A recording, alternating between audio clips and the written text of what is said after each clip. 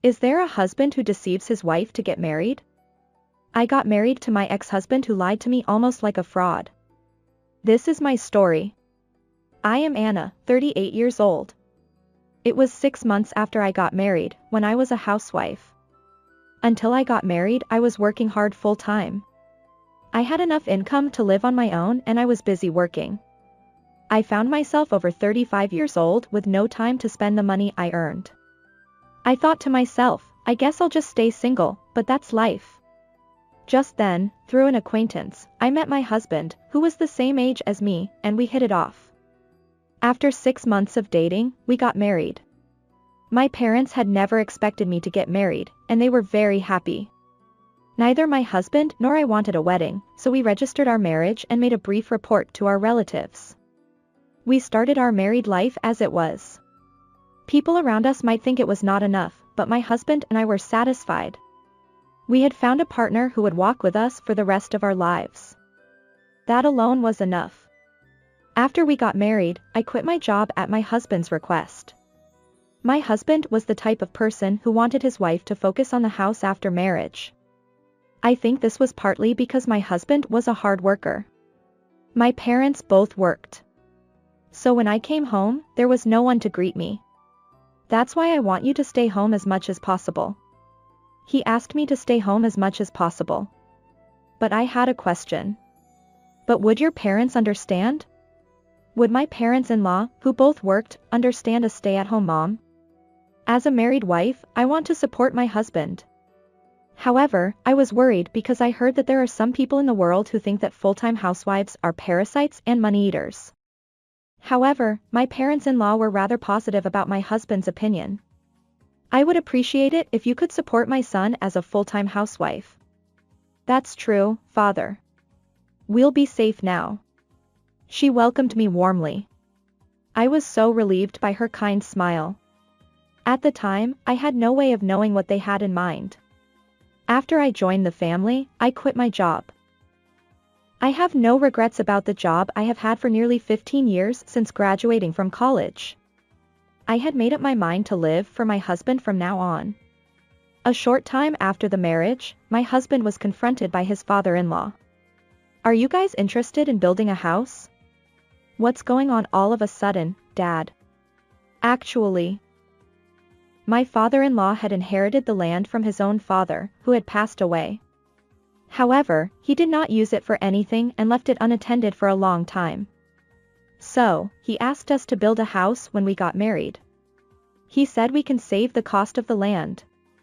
We can save money on the land, and if it's just a building, the loan won't be that difficult. My husband nodded at his father's words. I guess that's true. A house, huh? I'm the head of the family now that I'm married. Saying such things, he was eager to talk about his father's story.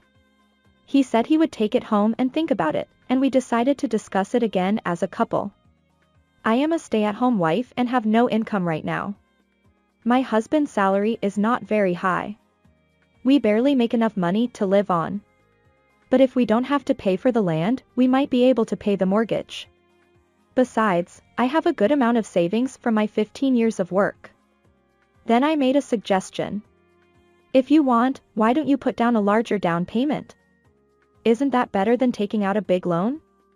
But my husband looked at me with difficulty. Even if you say so, where are you going to get that down payment? I don't have any savings, and I can't rely on my parents that much. You don't have any savings, even though you've been working for them for over 15 years? No, I don't have any. How am I supposed to save money on my salary? I sigh as I realize that my husband is not so arrogant about it. I wonder if he has a strange sense of money. I thought he was a sensible person before we got married.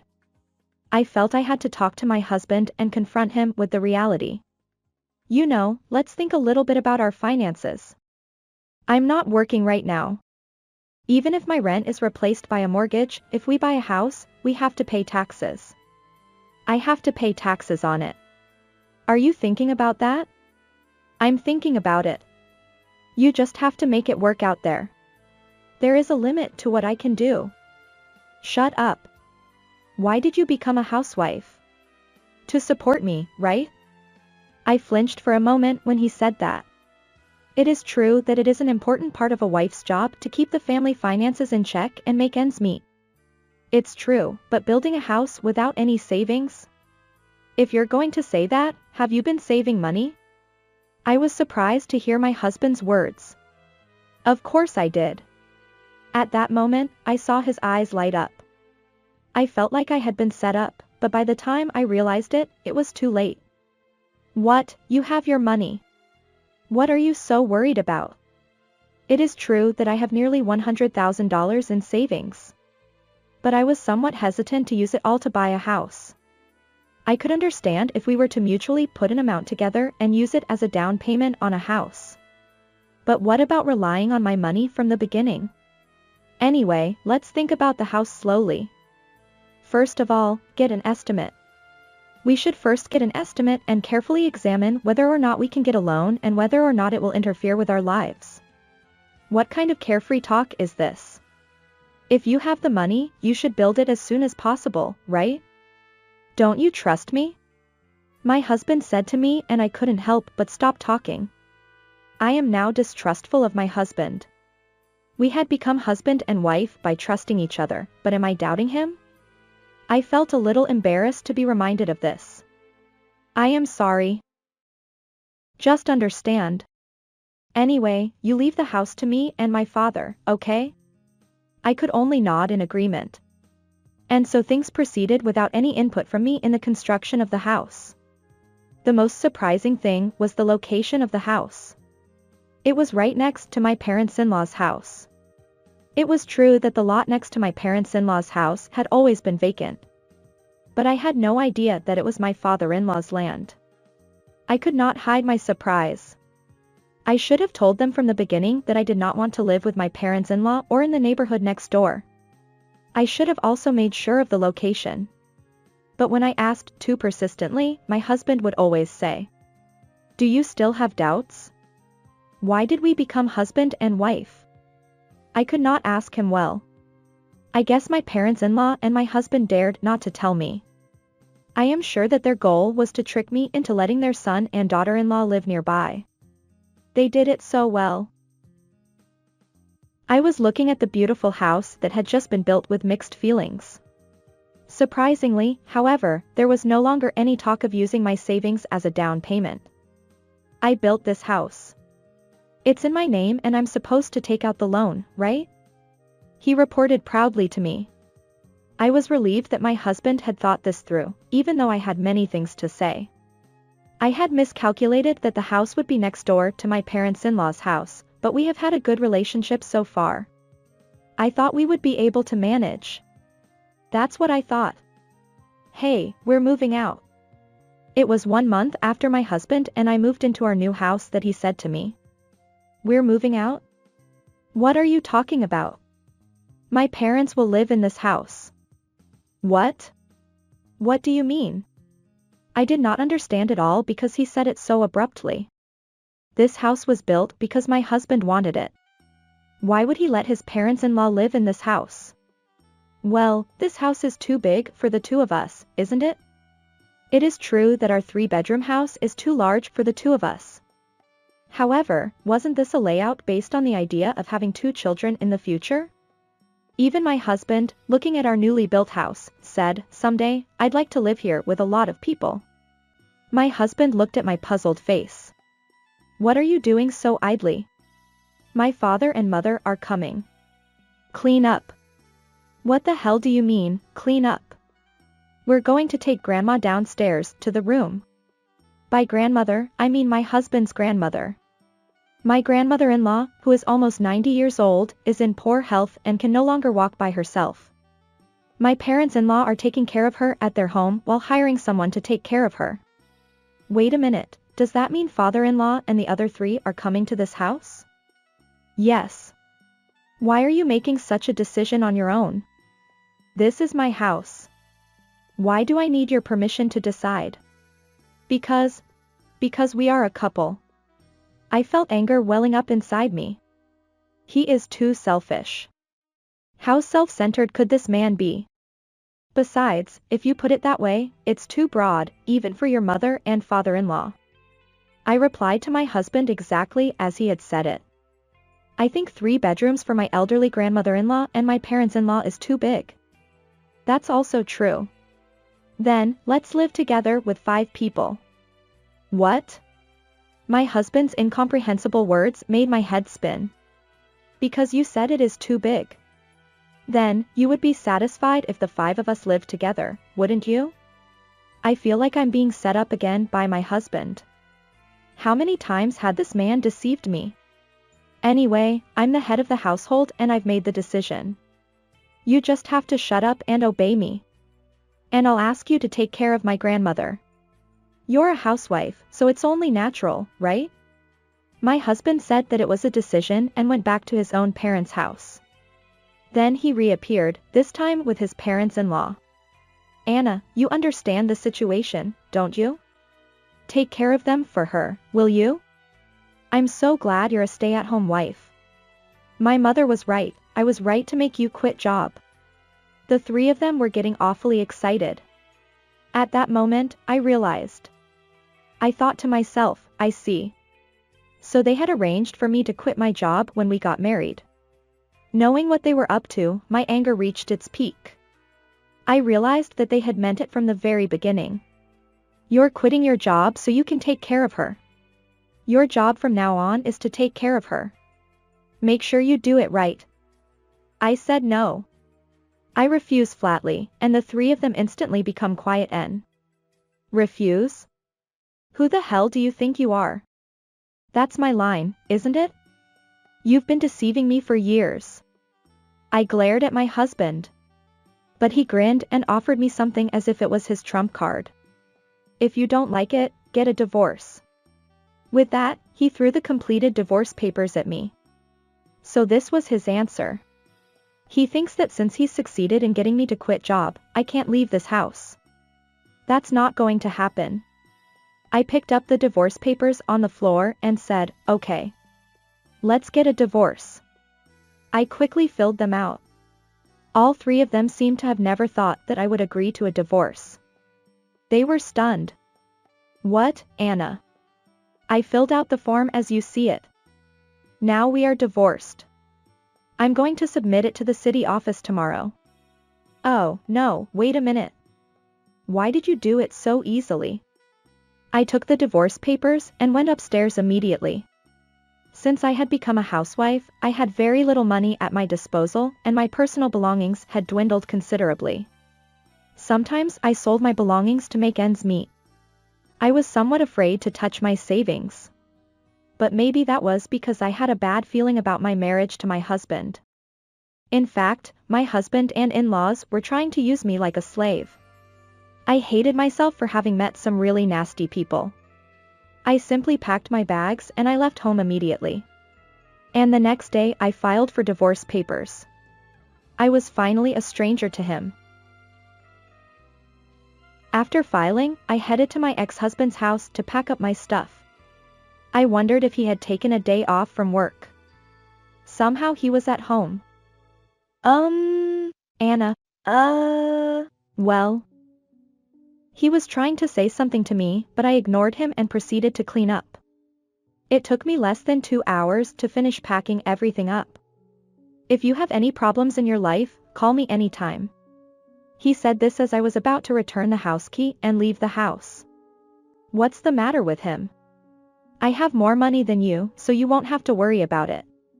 I'm sure you can afford to pay your mortgage and taxes from your salary. Well, we can manage. I no longer feel anything at his optimistic words. I am sure that we have always been able to manage.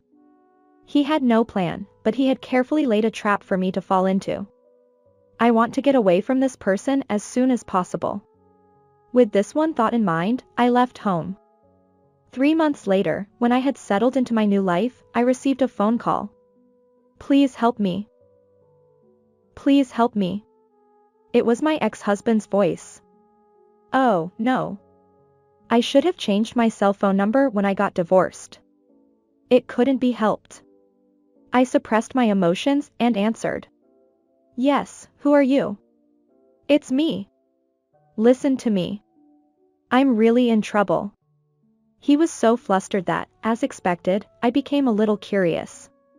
What in the world was going on? I went to the coffee shop he had indicated. For some reason, my parents-in-law were with me.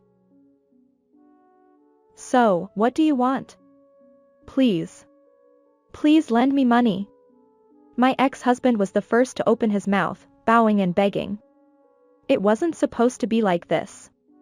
I should have been able to pay the loan. It wasn't supposed to be like this. With that, he began to tell me about his situation. The monthly loan payment was 40% of his salary.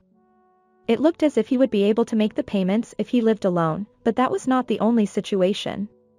The company's business had deteriorated, and his salary had dropped significantly. There was no prospect of a bonus. The fact that they had set their bonus payment too high without thinking had proved to be a disadvantage. He said that his in-laws have no savings and that their lives are about to collapse. That's why he came crying to me. He really has no plan. Instead of him being depressed, my father-in-law opens his mouth. You have savings, don't you? If you hadn't divorced, he could have afforded to pay it. Please, can you pay for my son? That's when I understood. My ex-husband must have thought he could live on my savings even if the house loan was tight. Not only him, but my ex-in-laws as well. How much more can they fool me? I was convinced that I did not need to be afraid of them anymore. I refuse. Who would trust those who tried to trick me into living with them and forcing me to take care of them? Who would trust them? Since I was deceived, I should have demanded compensation from them. But I was with them for a while. But I didn't want to be with him even for a moment. I didn't want to be with them for even a moment. You were the one who prepared the divorce papers. I said, and they froze. Did they really think that if I asked them for money, they would give it to me? I will never get involved with you. I then asked them a question. Is your grandmother home today? If my ex-in-laws are here, doesn't that mean my ex-grandmother-in-law is home alone? Yes, well, yes, she is. On a hot day like this, with the temperature this high, with a nearly 90-year-old woman all by herself? Well, that's none of your business. My ex-father-in-law replies with a miffed look on his face. What would happen if you left your grandmother alone knowing that she needed care and she got heat stroke? In some cases, it could be manslaughter. When I mentioned the charges, they were surprised and quickly left the room. I knew that if I got involved with them anymore, I would be in big trouble. I immediately blocked their cell phones, so fortunately, I have not heard from them since then. Rumor has it that both my ex-husband and ex-in-laws are still living in the house. They are isolated from the neighbors because they ask for money from them. He has managed to pay the bills with his meager salary and the pensions of his parents-in-law and grandmother-in-law, but he is getting close to his limit. He says that he is approaching the end of his rope.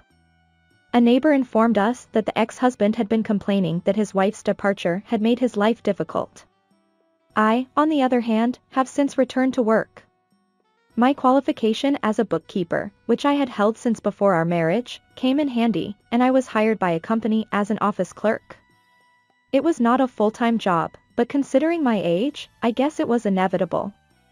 The salary was not a problem for living alone, and I had enough money in savings. It was a good thing that I had saved properly before getting married. Anna, you are always very polite and helpful in your work. Thank you. My relationship at work is good, and I am glad that I divorced and started a new life. I think so. By the way, do you ever intend to remarry? What's wrong, Chief? Actually, there is someone good for you.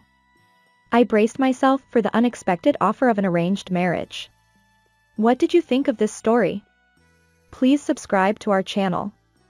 See you in the next video.